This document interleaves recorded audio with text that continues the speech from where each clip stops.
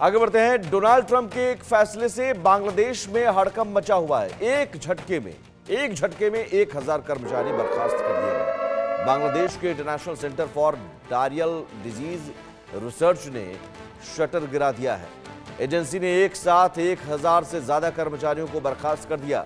अमेरिकी मदद नहीं मिलने की वजह से कई एजेंसियां बंद होने की कगार पर है। एजेंसी ने कहा, हम सैलरी देने की हालत में नहीं है। बांग्लादेश में 60 से ज्यादा एजेंसियों पर ताला लग सकता है।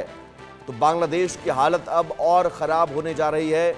और समझिए कि अमेरिकी मदद से चलने वाली जो एजेंसियां थी, अमेरिकी फंड से जो चलने वाली एजेंसियां थी, उन एजेंसियों पर अब ताला लटकने वाला है। एक एजेंसी तो सीधे शटर गिराकर 1000 कर्मचारियों को एक झटके में बर्खास्त कर दिया।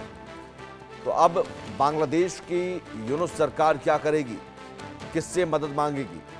एजेंसी ने हाथ खड़े कर लिए हैं और कहा कि सैलरी देने की हालत में हम नहीं हैं। 60 से ज्यादा एजेंसियों पर ताला लग सकता है। 1000 कर्मचारी बर्खास्त हो गए हैं और ये शुरुआत है।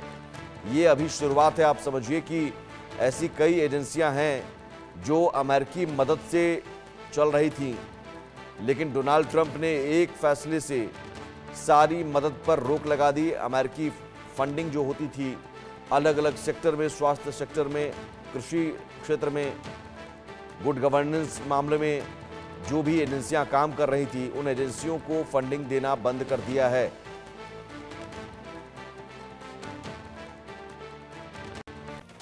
और इस बीच बांग्लादेश में मोहम्मद यूनुस के लिए बुरी खबर है। यूनुस सरकार पर बड़े आरोप लगे हैं। अल्पसंख्यकों की रक्षा नहीं करने का आरोप लगा है। लगातार अल्पसंख्यकों पर हमले बढ़ रहे हैं। हालांकि यूनुस सरकार ने इस आरोप को खारिज किया है। बांग्लादेश के सबसे बड़े अल्पसंख्यक अधिकार समूह का यह आरोप है, और यह आरोप नहीं बल्कि सच्चाई है, क्योंकि ये पूरी दुनिया ने देखा कि किस तरह से वहां तस्वीरें आ रही थी। अल्पसंख्यकों पर हमले हो रहे थे, हिंदुओं पर हमले हो रहे थे, हिंदुओं को मारा पीटा जा रहा है, उनकी हत्या की जा रही है। जो मंदिर है, हिंदू मंदिर, उन पर हमले हो रहे हैं, मूर्तियां तोड़ी जा रही है, हिंदू महिलाओं के साथ रेप जैसी वारदात सामने आ रही है। और अब बांग्लादेश के सबसे बड़े अल्पसंख्यक अधिकार समूह ने यह आरोप लगाया है कि अल्पसंख्यकों की रक्षा बांग्लादेश में नहीं हो रही है। लगातार अल्पसंख्यकों पर हमले बढ़ रहे हैं और यूनुस कहीं ना कहीं बांग्लादेश में ही अब घिरते जा रहे हैं।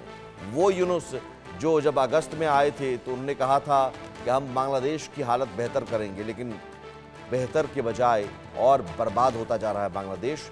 और अल्पसंख्यकों पर हमले की बात हो या फिर पाकिस्तान परस्ती की बात हो, और उस चक्कर में बांग्लादेश की अर्थव्यवस्था डूब रही है। महंगाई, बेरोजगारी लगातार बढ़ती जा रही है।